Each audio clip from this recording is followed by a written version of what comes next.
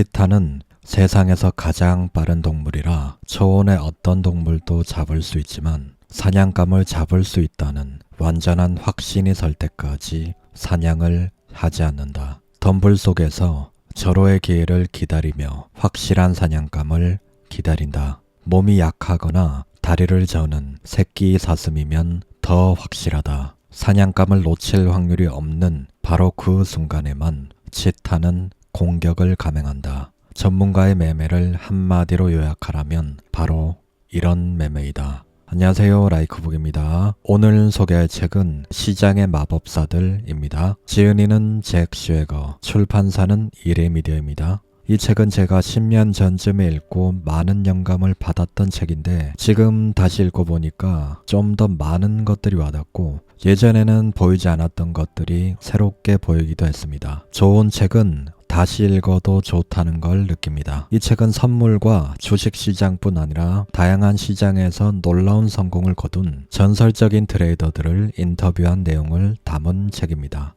영상의 구성은 잭 슈에거, 마이클 마커스, 리처드 데니스, 폴 투더 존스, 윌리엄 오닐, 데이빗 라이언, 마티 슈와츠, 짐 로저스, 마크 와인스타인, 각 분야의 전설적인 트레이더들의 인터뷰 내용을 정리하여 영상으로 구성하였습니다. 영상의 모든 것을 담을 수 없기에 영상을 들으신 뒤에 직접 책을 한번 읽어보신다면 더 많은 도움이 될 것이라 생각합니다. 그냥 틀어놓으시고 편안하게 들으시면 됩니다. 이 영상이 여러분에게 많은 도움이 되길 바랍니다.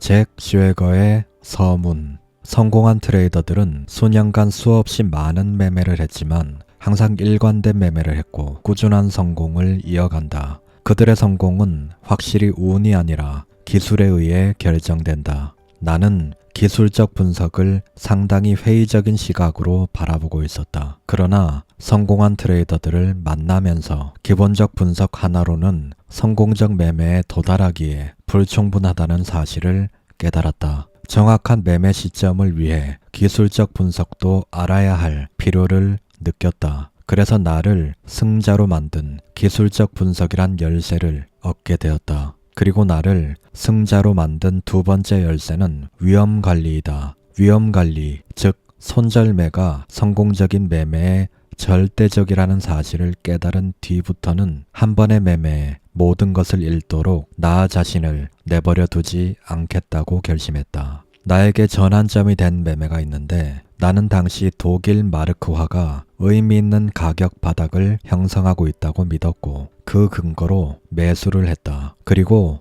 최근의 최저점 바로 아래로 가격이 무너지면 바로 매도가 되게끔 손절 주문을 걸어두었다. 나의 판단이 맞다면 가격은 신저가를 형성할 수 없다고 생각했다. 그러나 며칠 후 가격은 떨어지기 시작했고 나의 포지션은 작은 손실을 보고 청산되었다. 이후 놀라운 일이 벌어졌는데 시장은 마치 돌덩이가 절벽 아래로 떨어지듯 곤두박질을 쳤다. 예전의 나 같았으면 또다시 깡통을 찼을 테지만 작은 손실을 입은 것으로 나의 매매는 마무리가 되었다. 그 후 얼마 지나지 않아 일본 엔화에 대해 매수 포지션을 취했는데 일본의 엔화는 기술적 분석상 상승을 위한 바닥 다지기를 하고 있었다. 이런 바닥권에서 손절을 걸어두고 매수를 진행했는데 이번에는 내 손절 포인트를 건드리지 않고 강하게 상승하며 위로 올라갔다.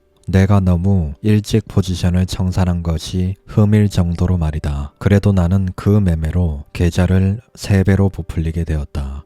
그 매매가 바로 나의 성공의 시작점이 되었다. 나는 몇 년간 기술적 분석과 기본적 분석을 융합하고 거기에 위험관리법을 결합하여 나의 소규모 자본금을 큰 규모로 키울 수 있게 되었다. 그러나 나의 연승은 거기서 끝이 났다.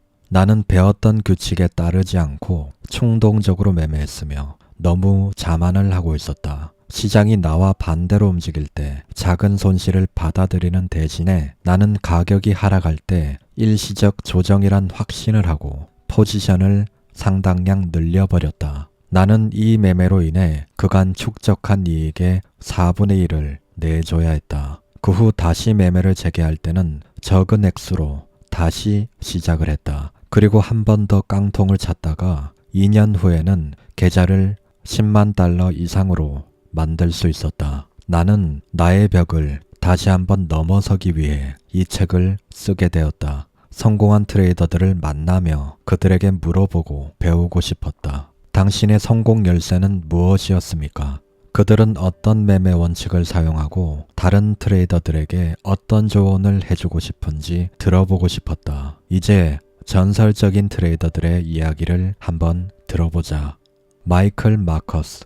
나는 존스 호킨스 대학을 우수한 성적으로 졸업한 모범생이었다. 그때까지만 해도 나는 교수의 삶을 살게 될 것이라 믿어 의심치 않았다. 그러나 존이라는 친구를 만나면서 투자의 세계에 들어오게 되었다. 그는 나에게 2주마다 내 돈을 2배씩 불려주겠다고 했다. 아주 기가 막힌 이야기라고 생각했다. 나는 순진했고 그의 말을 믿었다. 우리는 자본금 1,000달러로 첫 거래에 콩가루를 매수했는데 우리가 매수를 하면 시장은 귀신같이 내려갔다. 존도 아는 것이 별로 없어 보였지만 그와 나는 끝까지 주먹구구식 매매를 반복했다. 콩을 했다가 옥수수를 했다가 밀을 했다가 돼지고기 매매를 했다. 돼지고기 매매는 절대 손실을 볼 수 없는 거래라고 생각을 했는데 우리가 식사 후 돌아왔을 때 나는 거의 빈털터리가 되어 있었다.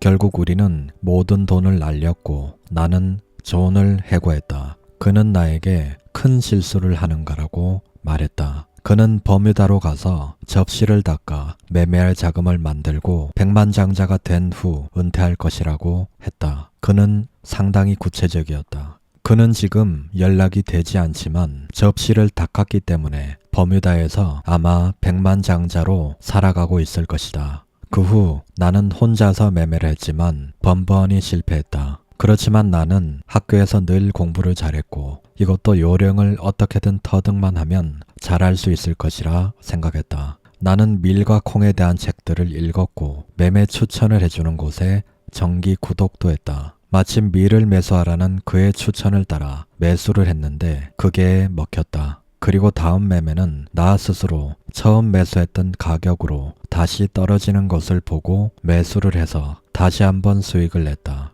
1970년 여름 전문가의 추천을 근거로 옥수수를 3계약 매수했는데 그해 여름 병충해가 왔다. 그 매매는 대박이 났고 그해 화려한 여름이 끝날 무렵에 3만 달러를 벌었다. 1971년 봄 곡물이 다시 재미가 있게 되었다. 떠도는 설에 의하면 병충해가 다시 오려 한다는 거지였다. 나는 어머니께 2만 달러를 빌리고 내가 가진 3만 달러를 합쳐서 최대한의 매수 계약을 옥수수와 밀에 베팅했다. 그러던 어느 날 월스트리트 저널에 기사가 하나 났다. 그 기사의 제목은 중서부의 옥수수 밭보다 시카고 상품 거래소 안에 더 많은 병충해가 있다 였다. 그 뉴스가 뜨자마자 옥수수 시장은 폭락 가격으로 출발하더니 이내 하한가에 직행했다. 나는 빠져나와야 한다고 느꼈지만 그냥 보고만 있었다. 나는 완전히 마비가 되어버린 것이다. 시장이 돌아서길 바라면서 계속 바라만 보고 있었는데 시장은 하한가까지 그냥 가버린 것이다. 나는 더 이상 돈도 없었기 때문에 다음날 아침 개장과 동시에 모든 포지션을 청산해버렸다. 나는 이 매매로 인해 가진 돈 전부를 베팅하면 어떻게 되는지 호된 교육을 당했다. 나는 정말 깊은 좌절감에 빠져들었고 일을 해야겠다고 결심했다. 나는 상품 동향을 연구하는 애널리스트를 찾는 곳에 면접을 보았고 그곳에 입사를 하게 되었다. 나는 여전히 매매에 대한 욕구가 있었기 때문에 그저 바라만 봐야 하는 일은 매우 고통스러웠다. 그런데 1971년 내가 성공하는데 결정적 도움을 준 사람을 만나게 되었다. 바로 에드 세이코타였다. 에드 세이코타는 천재이자 경이적 성공을 거둔 위대한 트레이더이다. 그는 나에게 자신의 회사에서 일을 하지 않겠냐고 제안을 했고 나는 승낙했다. 에드에게서 배울 수 있다는 점이 아주 좋았기 때문이다. 그는 이미 많은 성공을 거둔 트레이더였고 에드는 기본적으로 추세 추종 매매를 하는 사람이었다. 그는 손절을 어떻게 하는지와 수익을 내고 있는 포지션을 계속 유지하는 것이 왜 중요한지에 대해 가르쳐 주었다. 에드는 나에게 훌륭한 역할 모델이었다. 한 번은 에드가 은을 매도한 포지션이었는데 다른 모든 사람들은 상승을 생각하고 있었다. 그들은 은 가격이 너무 내렸기 때문에 반드시 상승할 것이라고 말했다. 그러나 에드는 계속 매도 포지션을 유지했다. 에드는 말했다. 추세는 하락이야. 나는 추세가 바뀌기 전까지는 매도 포지션을 유지할 거야. 라고 말이다. 추세를 추종하는 에드의 태도에서 나는 참을성을 배웠다. 그러나 나는 에드와 함께 거기에서 근무할 때도 계속 읽고 있었다. 나에게는 그때 에드와 같은 참을성이 없었던 것 같다. 나는 매매를 그냥 그만둬야 하나 생각하곤 했다. 나에게 재능이 없다고 생각하고 있었다. 그러나 나는 끝까지 포기하지 않았다. 내게는 여전히 어떻게 하든 다시 시작해서 올바른 매매를 할 수 있으리라는 고집스러운 확신 같은 것이 있었다. 나는 당시 합판 시장을 분석하고 있었는데 가격은 $110에 바짝 다가서고 있었다. 당시 정부에서 합판 가격을 묶어두고 있었는데 합판의 공급 부족이 나타나면서 합판 가격이 서서히 올라가고 있었다. 나는 한 계약을 매수했고 합판 가격은 $200까지 치솟았다. 나는 한 계약을 사고 가격이 상승한 후부터 포지션을 타고 계속 계약수를 늘려나갔다. 나는 몇 개월 만에 합판 매매로 $700를 $12,000로 불렸다. 그리고 나서 나는 목재에도 똑같은 공급 부족 상황이 올 것이란 발상을 했다. 그런데 내가 $130에 목재를 매수하고 났더니 정부가 규제를 하고 나섰다. 목재에서만큼은 그런 일이 발생하지 않도록 하겠다는 의지가 강력했다. 시세를 끌어올리려 하는 투기꾼들을 호되게 다스리겠다는 발표가 나왔고 목재 시장은 바로 무너져 내렸다. 그러나 다행히 청산 포지션까지는 가지 않았고 나는 끝까지 포지션을 유지했다. 그의 말 다행히도 시장은 돌아서기 시작했고 나의 자본은 $24,000로 확대되었다. 다음 해인 1973년에 정부는 가격 통제를 철폐했고 많은 상품의 가격이 엄청나게 폭등을 하였다. 나는 시장에서 큰 추세를 따르라는 에드의 교훈을 따랐고 내 계좌는 $24,000에서 $64,000로 성장했다. 그 후로 콩이 $3에서 거의 $12로 치솟은 거대한 상승장 와중에 나는 충동적으로 이익을 챙기고 시장에서 빠져나왔다. 추세와 함께 머무르지 않고 화려한 기교를 부리려 했다. 그러나 에드 세이코타는 추세가 바뀌지 않으면 결코 포지션을 정리하지 않았다. 그래서 에드는 포지션을 끝까지 쥐고 있었고 나는 포지션이 없었다. 콩은 12일 연속 상한가를 쳤고 에드는 추세를 끝까지 따라갔다. 나는 시장에서 한번 큰 수익을 내기 시작하자 계속 수익을 내기 시작했고 성공 궤도에 올라서게 되었다. 마커스는 에드 세이코타라는 훌륭한 롤모델을 만나고 그의 성공 방식과 마인드 등을 배우면서 본인도 모르는 사이에 실패한 트레이더에서 성공한 트레이더로 변모하게 되었습니다. 훌륭한 롤모델을 선정해서 그의 방식을 배우고 철저하게 따라하는 훈련의 과정은 성공 투자에 있어서 정말 중요한 열쇠라고 생각합니다.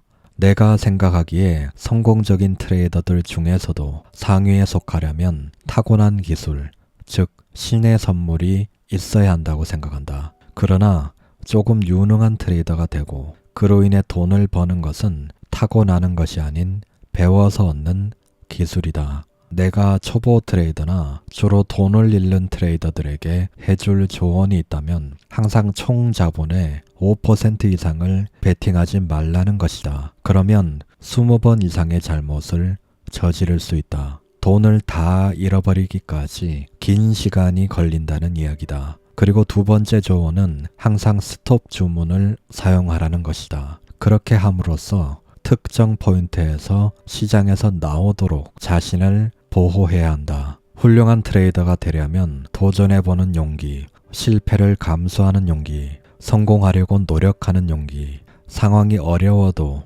계속 나아가는 용기, 이런 용기가 있어야 한다. 리처드 데니스. 리처드 데니스는 가족들에게 돈을 빌려서 투자를 시작했는데 $400라는 극히 빈약한 자본금을 큰 재산으로 만들었다. 사람들의 말에 따르면 그 크기가 $2억 가까이 된다고 한다. 장기간으로 보면 크게 성공한 데니스지만 그도 몇 번의 침체기를 견뎌내야만 했다. 우리가 인터뷰를 가졌던 시기도 리처드 데니스가 그런 침체기를 겪고 있는 중이었다. 데니스의 가장 인상적인 자질은 감정적인 충격 없이 그런 힘든 시간들을 잘 헤쳐나가는 그의 능력일 것이다. 그는 때때로 발생하는 큰 손실을 그의 직업상의 한 부분으로 받아들이는 듯 했다. 그 이유는 자신의 매매 전략에 근본에 충실하면 결국에 가서는 다시 회복하리라고 믿기 때문이다. 나는 첫 해에 감정에 치우친 매매를 하면서 크게 손해를 본 적이 있다.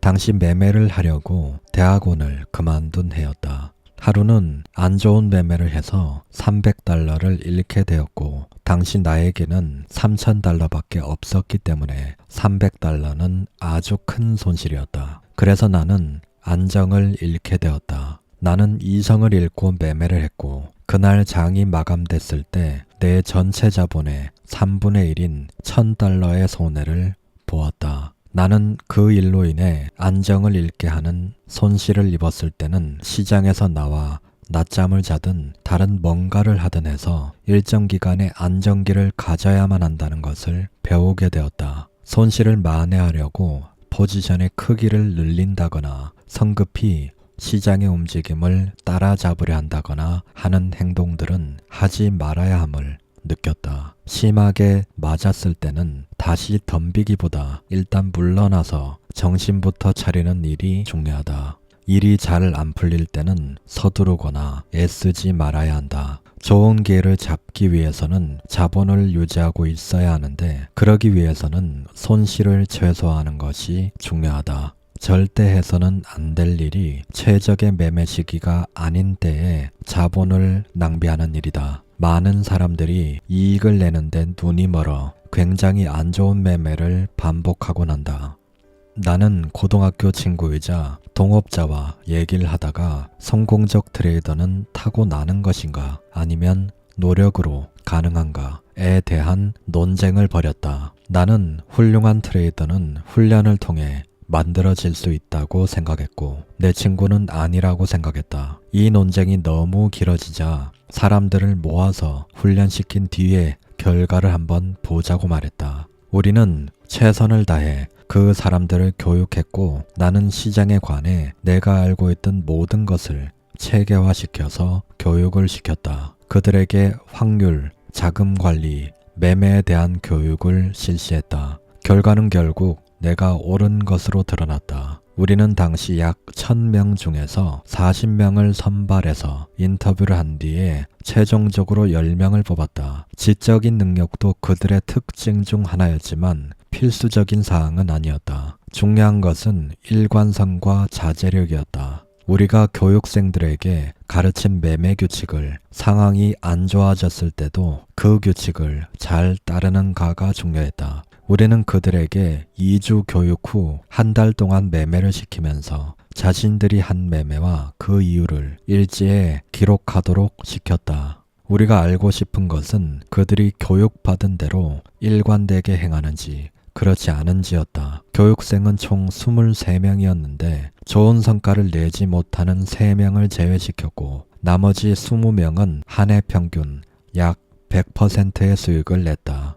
우리는 그들을 터틀스, 거북이들이라고 부른다. 훌륭한 트레이더는 훈련으로 만들어질 수 있다는 사실을 입증한 사례이다. 이 바닥에서 20년 동안 구르며 배운 것이 있다면 그것은 때때로 예상 밖의 움직임이나 불가능하다고 생각했던 일들이 발생한다는 사실이다. 트레이더는 항상 최악의 경우를 산정해야 한다. 최악의 경우에 유일한 선택은 되도록 빨리 시장에서 빠져나오는 것이다. 연속해서 돈을 잃을 때는 매매 크기를 줄이거나 시장에서 나오는 것이 가장 현명하다. 적어도 하루에서 이틀은 쉬면서 마음을 안정시킨 뒤에 다시 매매에 나서는 게 좋다. 초보 트레이더에게 해줄 조언이 있다면 처음에는 반드시 작게 매매해야 한다는 것이다. 그리고 자신의 실수에서 배울 줄 알아야 성공할 수 있다. 폴 투더 존스. 1987년 10월은 대부분의 투자자들에게 악몽과도 같은 달이었는데 그 이유는 세계 주식시장이 1929년에 버금가는 붕괴를 경험했기 때문이다. 그러나 폴 투더 존스에 의해 운영되던 펀드는 62%라는 놀라운 수익률을 기록했다. 그는 독특한 매매 방식을 갖고 있으며 그의 실적은 다른 펀드 매니저들과는 비교되지 않는다. 그는 5년 연속 세 자리 숫자의 수익을 거두었다. 내가 대학을 다닐 때 리차드 데니스에 관한 기사를 읽게 되었는데 그때 그 기사가 내게 깊은 인상을 남겼다. 나는 삼촌에게 트레이더가 되도록 도와줄 수 있느냐고 물어봤고 삼촌은 나를 유명한 면화 트레이더인 엘리 툴리스에게 보내주었다. 삼촌은 엘리는 내가 아는 가장 훌륭한 트레이더야 라고 말씀하셨다. 나는 엘리와 함께 일을 했고 그의 매매를 지켜보는 것만으로도 굉장한 경험이 되었다.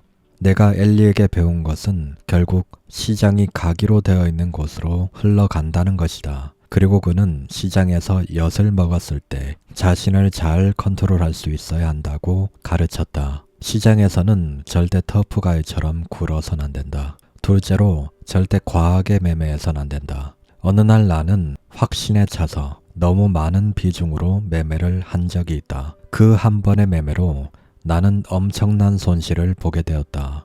나는 그때 내가 이 직종에 자질이 없는 줄 알았으며 너무 낙담을 해서 거의 그만둘 뻔할 정도였다. 한 번의 매매에 내 모든 것을 걸다니 너무나도 멍청했다. 그리고 그때 처음으로 자금 관리와 자제력에 관해 배워야 한다고 결심했다. 나는 그만두기보다는 다시 돌아가 싸우기로 굳게 결심했다. 강한 자제력을 갖고 철저히 업무적으로 매매에 접근하기로 한 것이다. 그때 이후로 나의 매매 방법은 빠르게 대응하는 방법, 그리고 방어적인 방식으로 바뀌었다. 나는 그날 이후 항상 돈을 따는 것보다는 잃는 것에 대해 먼저 생각한다. 내가 반드시 지키는 원칙이 있다면 1. 절대 물타기를 하지 않는다. 2.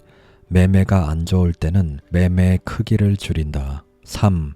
매매가 잘 되면 매매의 크기를 늘린다. 4. 자신의 통제 범위를 벗어나는 상황에서는 절대로 매매하지 않는다. 예를 들어 중요한 발표를 앞둔 시점에 큰 돈을 베팅하지 않는다. 그건 매매가 아니라 도박이기 때문이다. 매매에서 가장 중요한 규칙은 훌륭한 방어이지 멋진 공격이 아니다. 시장에서 영웅이 되려고 하면 안 되고 자존심도 버려야 한다. 항상 자기 자신에게 의문을 던지며 자신의 능력에 대해 돌아볼 필요가 있다. 절대 자신이 매우 훌륭한 트레이더라고 생각해선 안 된다. 그러는 순간 트레이더로서 사망 선고를 받는 순간이 될 것이다. 제시 리버모어는 누구도 시장을 이길 수 없다고 말했다. 그래서 내 좌우명은 훌륭하게 방어하자이다. 나에게 큰 타격을 준 매매는 언제나 내가 좋은 매매를 보내고 난 뒤에 항상 찾아왔다. 나는 그런 경험을 통해 중요한 것을 깨달았다. 절대 자만해서는 안 된다는 것을 말이다. 나는 항상 주가가 변하는 변곡점 근처에서 포지션을 잡고 아니다 싶으면 털고 나오는 매매를 반복한다. 나는 언제나 스윙 트레이더였고 변곡점에서 가장 큰 돈이 형성된다고 믿는다. 트레이더는 돈을 따야 한다는 생각에 집착하지 말아야 한다. 그보다 가진 것을 어떻게 방어할 것인가에 몰두해야 한다. 매매에서 가장 중요한 수칙은 멋진 공격이 아니라 방어를 훌륭히 해내는 것이다. 윌리엄 오닐. 나는 1959년부터 시장에서 아주 좋은 성과를 거두는 사람들에 대한 연구를 했다. 연구를 통해 내가 배우게 된 첫 번째 사항은 저점에 다다른 주식을 사는 것이 아니라 넓은 바닥을 그리다가 그 바닥에서 벗어나 신고점을 형성하기 시작하는 주식을 사야 한다는 것을 배웠다. 즉, 큰 움직임이 시작되는 그 시점을 찾으려 애써야 한다는 것이다. 그래야 수개월, 수년 동안 주식을 사놓고 시간을 낭비하지 않을 수 있다. 나는 과거 수년간 크게 상승한 주식들을 연구했고 캔슬림이라는 나만의 방식을 만들었다. 캔슬림의 C는 현재 순이익을 나타낸다. 우리의 연구 결과가 증명하듯 최고의 주식들은 주가가 폭등하기 전에 대단한 이익 성장을 보였다는 공통점이 있었다. 현재의 순이익이 좋지 않다면 주식을 매수할 이유가 없다. A는 주당 연간 순이익을 나타낸다. 우리가 연구한 바에 따르면 큰 상승을 한 종목들은 급등하기 전 5년 동안 매년 평균 25% 정도의 이익 성장률을 보였다. N은 새로움을 의미한다. 새로운 제품, 새로운 서비스, 새로운 변화, 새로운 경영진 등을 포함할 수 있다. 새롭다는 것은 주식의 신고가를 의미할 수도 있다. S는 발행 주식의 수를 의미한다. 최고의 주식들은 발행 주식 수가 2,500만 주 이하였다. 수요와 공급의 법칙상 발행 주식 수가 적은 종목, 그리고 자사주 매입에 나서는 주식이 좋은 주식이다. L은 선도주를 의미한다. 주식을 고르는 기본 규칙은 선도주를 선택하라는 것이다. 다시 말해 높은 상대 강도 수치를 나타내는 시장에서 가장 강한 종목을 선택해야 한다. I는 기관의 후원을 의미한다. 기관 투자자는 주식 수요의 가장 큰 원천이다. 선도주는 일반적으로 기관이 매집하는 주식이다. M은 시장을 의미한다. 주식 4개 중에 3개는 시장 평균이 움직이는 방향을 따라간다. 시장을 매일 주시하고 시장이 천정에 다다랐는지 바닥에 다다랐는지를 살펴보라. 시장이 천장을 형성할 때 나타내는 현상은 2가지이다. 첫째, 시장이 신고점에 올라서지만 거래량이 작다. 이것이 의미하는 것은 이 지점에서 주식의 수요가 적다는 것이고 따라서 체력이 허약하다는 것이다. 둘째, 거래량이 며칠간 폭증하는데 가격은 종가로 볼 때 거의 위쪽으로 나아가지 못할 때이다. 거래량이 늘긴 하는데 주가가 더 이상 크게 상승하지 않는다면 이때는 상승 에너지가 소진되었다고 해석하면 됩니다. 거래량은 느는데 더 이상 주가가 오르지 않는다는 것은 누군가는 그 구간에서 팔고 있다는 겁니다. 만약 상승장을 주도했던 선도주들이 급락하기 시작한다면 시장이 천정을 쳤다는 주요 신호로 볼 수 있다. 또 주의를 기울일 중요한 부분은 금리이다. 금리 인상이 나오면 시장은 어려운 국면으로 접어들게 된다. 주식은 너무 늦게 사도 안 되지만 너무 일찍 사도 안 된다. 요점은 손실 가능성이 가장 적을 때 사는 것이다. 옳은 타이밍에 정확히 잡으면 주식은 일반적으로 그리 넓게 널뛰기를 하지 않는다. 내가 최대로 허락하는 손실은 7%인데 타이밍이 정확하다면 그 지점까지 잘 내려가지 않는다. 나는 무제한적인 위험을 절대 용납하지 않는다. 모든 매매에서 방향을 맞추는 것이 주식시장에서 승리하는 법이 아니다. 사실 반만 맞춰도 시장에서 반드시 승리할 수 있다. 방향을 잘못 맞췄을 때 최대한 돈을 적게 잃는 것이 성공의 열쇠이다. 나에게 7% 손절 규칙이 없었다면 1973년과 74년에 진행됐던 하락장에서 쥐고 있던 주식이 70에서 80% 손실을 봤을 것이다. 나는 이와 같은 유형으로 파산에 이른 사람들을 많이 봐왔다. 손절하기를 꺼린다면 주식을 하지 않는 게 좋다. 당신이라면 브레이크 없는 차를 운전하겠는가? 개별 종목의 거래량은 그 종목의 수급의 척도이다. 중요한 시점에서 높은 거래량은 주식이 움직일 준비가 됐다는 너무나 귀중한 정보를 알려주고 있는 것이다. 주식이 상승 후 숨 고르기를 하는 기간 조정에 들어갈 때는 거래량은 감소하는 것이 좋다. 즉, 시장에 매도 물량이 거의 출회되지 않아야 한다는 것이다. 투자자들이 일반적으로 하는 오류들을 정리했다. 1. 대부분의 투자자는 주식을 고르는 신뢰할 만한 기준을 사용할 줄 모르기 때문에 4등급의 주식을 산다. 이 주식들은 시장에서 큰 움직임도 없고 선도주도 아니다. 2. 비참한 결과를 보장하는 확실한 방법은 가격이 하락 중일 때 주식을 사는 것이다. 단지 가격이 싸기 때문에 주식을 매수하는 것이 초보자가 범하는 오류이다. 3. 하락 중인 주식을 사는 것보다 더 나쁜 습관은 주가가 하락할 때 물타기를 하는 것이다. 이는 자신이 범한 오류를 계속 추구하며 밑빠진 독에 귀중한 돈을 허비하는 것과 같다. 4. 대중은 저가에 판매되는 싸구려 주식을 좋아한다. 그러나 견실한 회사의 비싼 주식을 사는 것이 훨씬 이득이다. 가장 질이 떨어지는 상품을 사는 것이 아니라 가장 훌륭한 상품을 사야 한다. 5. 주식 투자를 처음 하는 사람들은 시장에서 대박을 터뜨리기를 원한다. 투자에 필요한 방법과 기술을 익히고 반드시 해야 할 조사와 연구도 하지 않은 채 너무 많은 것을 너무 빨리 얻으려고 한다. 6. 대중의 대부분은 주식이 새로운 국면으로 접어들어 신고점을 찍으면 매수하기를 겁낸다. 그저 너무 높아만 보이는 것이다. 개인적 느낌이나 견해는 시장보다 훨씬 덜 정확하다는 사실을 알아야 한다. 7. 매매 기술을 갖추지 않은 투자자들 대부분은 손실이 그리 크지 않으면 고집스럽게 손실이 나는 주식을 지키게 된다. 적은 비용을 지불하고 포지션을 털어버릴 기회인데도 인간이라 감정적으로 대응하게 되고 손실이 만회되기를 바라며 기다리게 되는 것이다. 이렇게 되면 손실은 훨씬 더 커지게 되고 결국 포지션을 정리하는 비용은 끔찍하게 늘어나고 만다. 8.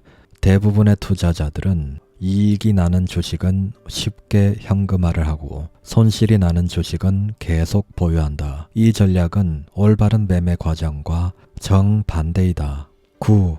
주식시장은 얼마든지 낮은 비용으로 자신을 방어할 수 있고 추세가 형성되고 그 추세가 계속 진행될 때면 언제든 기회를 잡을 수 있다. 10. 어떤 투자자들은 아무런 계획도 없고 매매 원칙이나 규정도 없기 때문에 자기들이 무엇을 하는지 알지 못한다. 이렇게 해서는 절대 성공할 수 없다.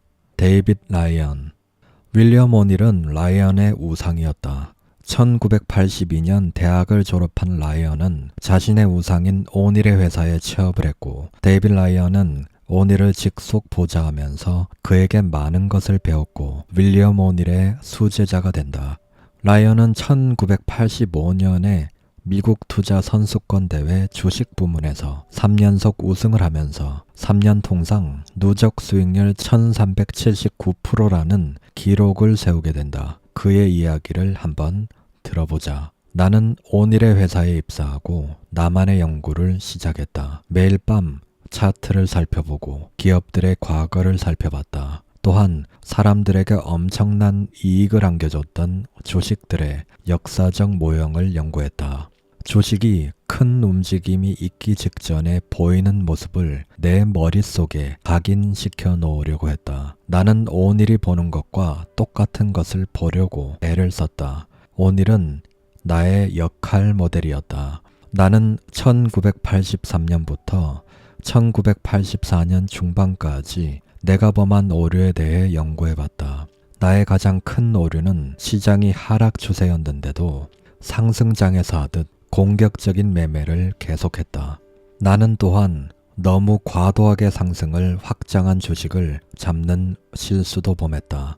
내 말은 가격이 바닥권에서 이미 15에서 20%를 벗어난 주식을 샀다는 이야기다. 바닥권에서 단지 몇 퍼센트 벗어난 주식을 샀어야 했는데 말이다. 그렇게 하지 않으면 위험이 너무 크기 때문이다. 나는 나의 오류를 통해 배움으로써 나의 잘못들을 바로 잡아나갔다. 나는 매우 열심히 공부했고 인내하고 극기할 결심이 섰기 때문에 잘 해낼 것이라는 생각을 하게 되었다. 그래서 1985년 미국 투자 선수권 대회에 참가하게 되었고 나는 그 대회에서 3연속 우승을 하게 됐는데 항상 똑같은 일을 계속 반복했다. 주식이 내가 좋아하는 모습과 성질을 보이면 그 주식을 반복해서 사는 것이었다. 나는 주식을 사고 항상 매매 이유와 청산 근거를 기록해둔다. 이렇게 하면 돈을 벌어다 줄 주식의 모습을 머릿속에 각인시키는 데 도움이 된다.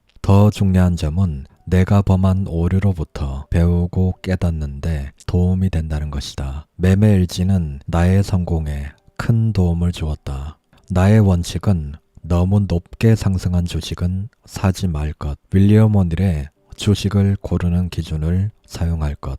최대한의 자제력과 극기심을 유지할 것. 이 세 가지다. 상대 강도가 높은 강한 종목을 선택하고 그 종목의 차트에서 다져진 바닥에서 너무 멀리 벗어난 가격이 있다면 매수해서 제외한다. 주식의 EPS를 살피고 해당 주식의 발행수를 체크한다. 공급이 많은 주식은 움직이는데 많은 돈을 필요로 하기에 매력도가 떨어진다. 그리고 기관이 얼마나 보유하고 있는지를 살핀다. 왜냐하면 그들은 주식을 끌어올리는 동력이기 때문이다. 주식으로 사람들의 이목을 끌려고 하면 어떤 새로운 것들이 있어야 한다. 이목을 끌어야 매수세가 몰리기 때문에 새로운 것들에 주목해야 한다. 모든 기준을 충족했다면 그 종목들 중에서 강한 상승 추세를 보인 종목 중에 바닥을 잘 다진 주식들을 선택한다. 그 종목이 2배 상승했다고 하더라도 그건 시작에 불과할 수도 있다. 종목 선택의 기준은 시장에서 가장 강한 주식을 찾는 것이다. 성공률은 50대 50이라고 생각하면 된다. 내가 매매에 성공하는 이유는 빠른 손절 때문이다. 나는 내 자신에게 허락하는 최대 손실은 7%이다. 나는 크게 상승하는 한 해 몇 안 되는 주식에서 큰 수익을 올린다. 그렇게 올리는 수익은 다수의 작은 손실들을 모두 커버하고도 남는다. 매도는 주식이 치고 달리다가 숨 고르기를 한 다음에 아래로 꺼지는 것까지 보고 나서 팔아야 한다. 그때가 바로 현금화하는 시점이다. 주식은 사자마자 이익이 나야 한다. 사실 첫째 날 이익이 난다는 것은 그 매매에서 돈을 따게 될 것을 암시하는 가장 훌륭한 지표 중에 하나이다. 주식이 상승하다 숨 고르기를 할 때 거래량이 줄고 있는지를 잘 살펴봐야 한다. 그리고 나서 거래량이 다시 늘기 시작할 때면 대개 주식이 폭등할 준비가 되어 있다는 의미이다. 시장이나 종목이 바닥에 다다랐을 때 가격 하락이 더 이상 진행되지 않으면서 거래량이 늘어나는지를 유심히 볼 필요가 있다. 예를 들어 다우가 2200에서 2100으로 하락한 후 다음날 2080으로 내려갔다가 높은 거래량을 동반하면서 상승 마감을 했다면 이는 이 지점에서 지지가 있음을 증명해 주는 것이다. 시장은 변하지 않고 같은 성질의 주식들이 계속해서 수익을 안겨다 준다. 나는 성공적인 매매의 기반이 되어줄 아주 정교한 원칙들을 확립해 놓았고 더불어 끊임없이 배우고 익힐 계획이니 앞으로도 계속 꾸준히 수익을 올릴 자신이 있다. 자신이 행하는 모든 매매로부터 무언가를 배우려 한다면 시간이 지남에 따라 점점 더 나은 트레이더가 될 수 있다. 주식을 큰 움직임이 있기 전에 발견하는 것은 나에게는 보물찾기 게임과 같다. 이 주식시장 안에는 보물들이 숨어 있고 나는 그것을 찾으려고 노력한다. 트레이더들에게 해주고 싶은 조언은 자신의 오류에서 배우라는 것이다. 그것이 성공하는 트레이더가 되는 유일한 길이다.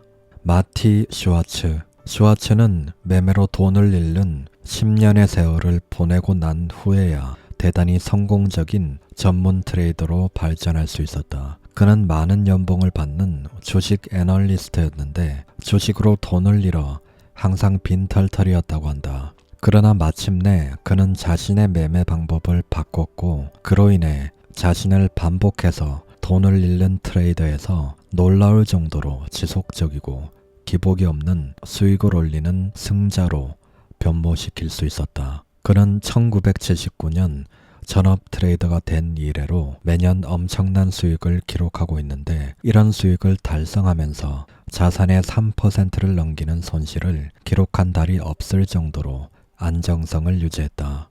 내가 돈을 잃는 트레이더에서 돈을 따는 트레이더로 변한 것은 나의 잘못을 인정하기 시작하면서부터였다. 돈을 따는 트레이더가 되고부터 나는 이게 맞는 것 같지만 틀렸다면 바로 나와버려야지. 돈을 잃지 않아야 매매를 또 할 수 있으니 말이야 라고 생각했다. 돈을 딸 수 있는 기회는 항상 내 앞에 있다는 철학을 가지고 있다면 손실을 감수하는 일이 그렇게 고통스럽지가 않다. 기술적 분석가 중 부자를 본 적이 없다는 사람들이 있는데 나는 기본적 분석을 9년 동안 연구하고 사용했지만 정작 나를 부자로 만든 것은 기술적 분석이었다. 이 말은 기술적 분석이 기본적 분석보다 낫다는 게 아니라 마티 슈와츠에게 있어서 기술적 분석이 본인에게 더 맞는 매매 방식이었다는 거죠. 그래서 본인에게 맞는 방법을 찾는 것이 무엇보다 중요하다는 것을 마티 슈와츠의 인터뷰를 통해 알 수 있습니다.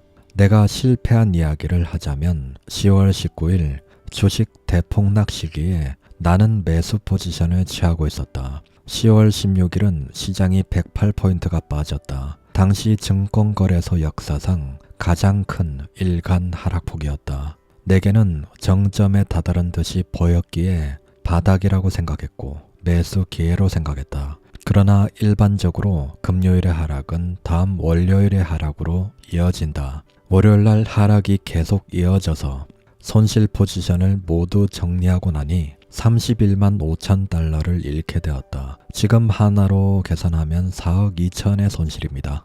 매매에서 최악의 자살 행위는 연속적인 물타기지만 나는 다행히도 물타기를 하지는 않았다. 만약 내가 물타기를 했다면 그날 500만 달러를 잃었을지도 모른다. 손절은 고통스러웠고 속은 타들어갔지만 나는 나의 리스크 포인트를 존중했고 고통을 감내했다. 지금은 돈을 딸 궁리를 할 때가 아니다. 딴 돈을 어떻게 지킬까를 염려해야 할 시간이다 라고 생각했다.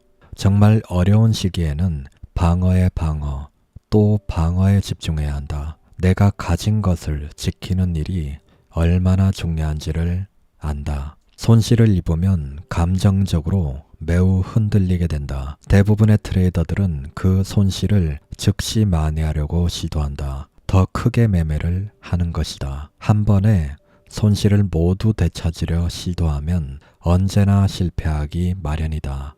트레이더라는 직업에서 가장 좋은 점은 항상 더 발전할 수 있다는 사실이다. 트레이더는 그가 성공적이든 어떻든 자신이 얼마나 많은 실책을 범했는지를 알고 있다. 대부분의 직업에서 사람들은 자기들이 범한 실책을 덮는 데 급급하지만 트레이더는 자신의 실책에 맞서 싸우지 않으면 안 된다. 나는 손실을 제어하는 데 더 많은 신경을 쓰고 있다. 그렇기 때문에 내가 낼 수 있을 만큼의 큰 수익을 올리지 못하는지도 모른다. 돈 버는 일에서 가장 중요한 것은 손실을 방치하지 않고 손실을 받아들이는 자세를 배우는 것이다. 짐 로저스. 로저스는 1973년 그의 동업자 조지 소로스와 함께 퀀텀 펀드를 설립하게 되고 퀀텀 펀드는 최고의 수익을 올리는 헤지 펀드 중 하나가 된다. 1980년 많은 부를 축적한 로저스는 은퇴를 선언한다. 나는 항상 무언가를 사거나 팔 때 먼저 돈을 잃지 않는 것이 확실한지에 대해 따져본다. 만약 훌륭한 가치가 존재한다면 나의 판단이 틀렸더라도 아마도 돈을 그렇게 많이 잃지는 않을 것이다. 투자에 관해 누구나 배울 수 있는 훌륭한 규칙이 하나 있다면 그것은 아무것도 하지 않는 것이다. 대부분의 사람들은 항상 매매를 해야 하는 줄로만 안다. 그러나 좋은 기회가 올 때까지, 새로운 것이 발생할 때까지 기다릴 줄 알아야 한다. 나는 돈이 앞에 놓인 모습이 훤히 보이고 내가 해야 할 일은 다가가서 떨어진 돈을 줍기만 하면 되는 상황이 올 때까지 기다린다. 사람들은 시장에서 돈을 잃으면 뭐든 해서 만회하려고 한다. 그러나 어떤 좋은 기회를 발견하기까지는 그냥 가만히 있는 것이 돈을 버는 것이다. 내가 1987년 당시 금융위기를 예상한 이유는 세상에 돈이 넘쳐났고 세계 모든 주식시장이 역사적 고점을 찍으면서 치솟고 있었다. 학교를 졸업한 지 3년밖에 안 된 애송이가 한 해에 50만 달러를 벌었다는 얘기는 아주 흔했다. 그것이 현실일 수는 없다. 시장에서 이런 비현실적 상황을 목격할 때는 천장이 멀지 않았음이 분명하다. 그래서 그해 여름 시장 붕괴에 대비하여 매도 포지션을 취했다. 히스테리가 극에 달했을 때는 그런 상황에서는 군중의 히스테리와는 반대로 매매를 해야 한다. 시장은 거의 항상 같은 사이클이다. 가격이 아주 낮을 때 몇몇 사람들이 시장이 저평가됐다는 이유로 매수에 나서게 되고 그러면 시장은 올라가기 시작한다. 시장이 상승하는 모습을 본 사람들은 펀더멘털이나 차트가 좋다는 이유로 매수에 동참하게 된다. 다음 단계에서는 사람들은 그냥 사야 하니까 산다. 우리 어머니도 나에게 전화가 와서 아무개 주식을 사야겠다 하고 말한 적이 있다. 그 주식이 3배가 올랐다는 그 시점에 말이다. 사람들은 시장이 영원히 오르리란 생각에 사로잡혀 히스테리 상태로 매수에 임하게 된다. 이때 가격은 논리적이고 합리적인 가치를 훌쩍 뛰어넘게 된다. 시장은 엄청나게 과대평가되면 서서히 하락하기 시작한다. 그러면 시장 펀더멘탈이 안 좋아지고 있다며 매도에 나서는 사람들의 수가 늘어나게 된다. 경제 상황이 점차 악화되면서 더 많은 사람들이 매도에 동참하게 되고 다음에는 사람들이 그냥 팔아야 되니까 파는 구간에 들어선다. 모두가 시장이 물거품으로 사라진다고 생각하니 파는 것이다. 그러면 시장은 히스테리 단계에 다다르게 되고 엄청나게 저평가가 된다. 그때는 단기 급등을 기대하면서 사는 것도 좋다. 하지만 장기 투자를 목적으로 한다면 시장이 완전히 바닥을 다지도록 몇 년을 기다리는 게 낫다. 19세기의 시장과 지금의 시장은 거의 똑같다. 같은 이유로 시장이 오르고 내린다. 수요와 공급의 법칙에는 변화가 없기 때문이다. 90%의 사람들은 같은 곳에 초점을 맞추지만 훌륭한 트레이더는 다른 곳에 초점을 둔다. 마크 와인스타인. 나는 시장을 정말 두려워하기 때문에 매수 타이밍이 매우 정확하도록 최선을 다한다. 내가 확신을 갖고 올바르게 매매할 때까지는 매매를 하지 않는다. 나는 매매에서 많이 잃지 않는데 그 이유는 내가 정확한 시점까지 기다리기 때문이다. 대부분의 사람들은 진득하니 기다릴 줄을 모른다. 숲속이 아직 어두운데도 그 안으로 걸어 들어가는 것이다.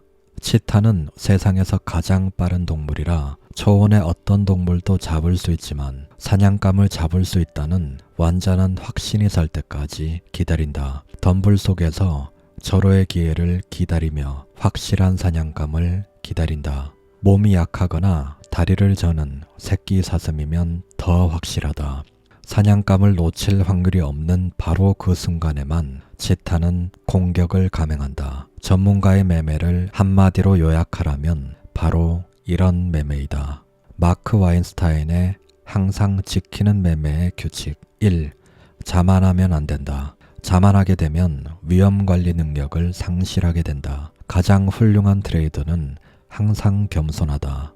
2. 자신의 한계를 인식해야 한다. 모든 사람에게는 한계가 있다. 3. 무리에 휩쓸리지 말아야 한다. 군중은 때가 되면 잃게 되어 있으니 군중과 반대로 생각할 줄 알아야 한다. 4.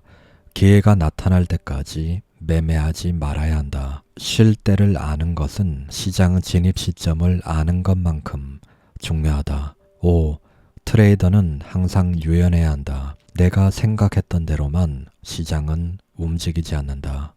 6. 잘 읽는 법을 배워야 한다. 수익을 내는 법을 배우는 일보다 오히려 더 중요한 일이다. 항상 버는 것만 생각한다면 잃었을 때 잃는 이유를 알려고 노력하지 않게 되고 허망한 적대심만 키우게 된다. 결국은 시장만 탓하게 된다. 마법사들의 공통점. 마법사들의 특징은 다음과 같다. 1. 그들은 모두 성공적인 트레이더가 되겠다는 강한 욕구를 가지고 있었다. 그리고 많은 경우 자기들의 목표를 달성하기까지 엄청난 장애물을 극복해야만 했다. 이 모두가 자기들은 오랜 기간 지속적으로 돈을 딸 수 있다는 자신감을 보여줬다. 그리고 거의 예외 없이 그들은 자기들의 매매를 가장 훌륭하고 안전한 투자라고 생각했다. 3. 그들은 모두 자기에게 맞는 방법을 발견했으며 그 방법을 충실히 따랐다. 극기, 자제력, 훈련과 같은 단어들이 가장 많이 언급되었다는 사실은 자신이 세운 방침을 충실히 지키는 일이 얼마나 중요한지를 잘 나타내고 있다. 4. 정상급 트레이더들은 매매를 매우 신중하게 받아들였다. 그들 대부분은 깨어있는 시간의 많은 부분을 시장 분석과 공부에 할애했다. 5. 엄격한 위험 관리는 인터뷰한 모든 이들의 매매 전략의 핵심 요소 중 하나였다. 6. 많은 트레이더들은 참을성을 갖고 절호의 매매 기회가 스스로 다가올 때까지 기다리는 것이 중요하다는 점을 강조했다. 7. 군중과 떨어져서 독립적으로 행동을 취하는 것의 중요성을 자주 강조했다. 8. 정상급 트레이더들은 모두가 돈을 잃는 일을 게임의 일부로 받아들이고 있었다. 9. 이들 모두 자기가 하는 일에 깊은 애착심을 갖고 있었다. 책 내용은 여기까지입니다. 이 영상이 도움이 되셨다면 구독과 좋아요 부탁드립니다. 다음에 더 좋은 영상으로 찾아뵙겠습니다. 라이크북이었습니다. 감사합니다.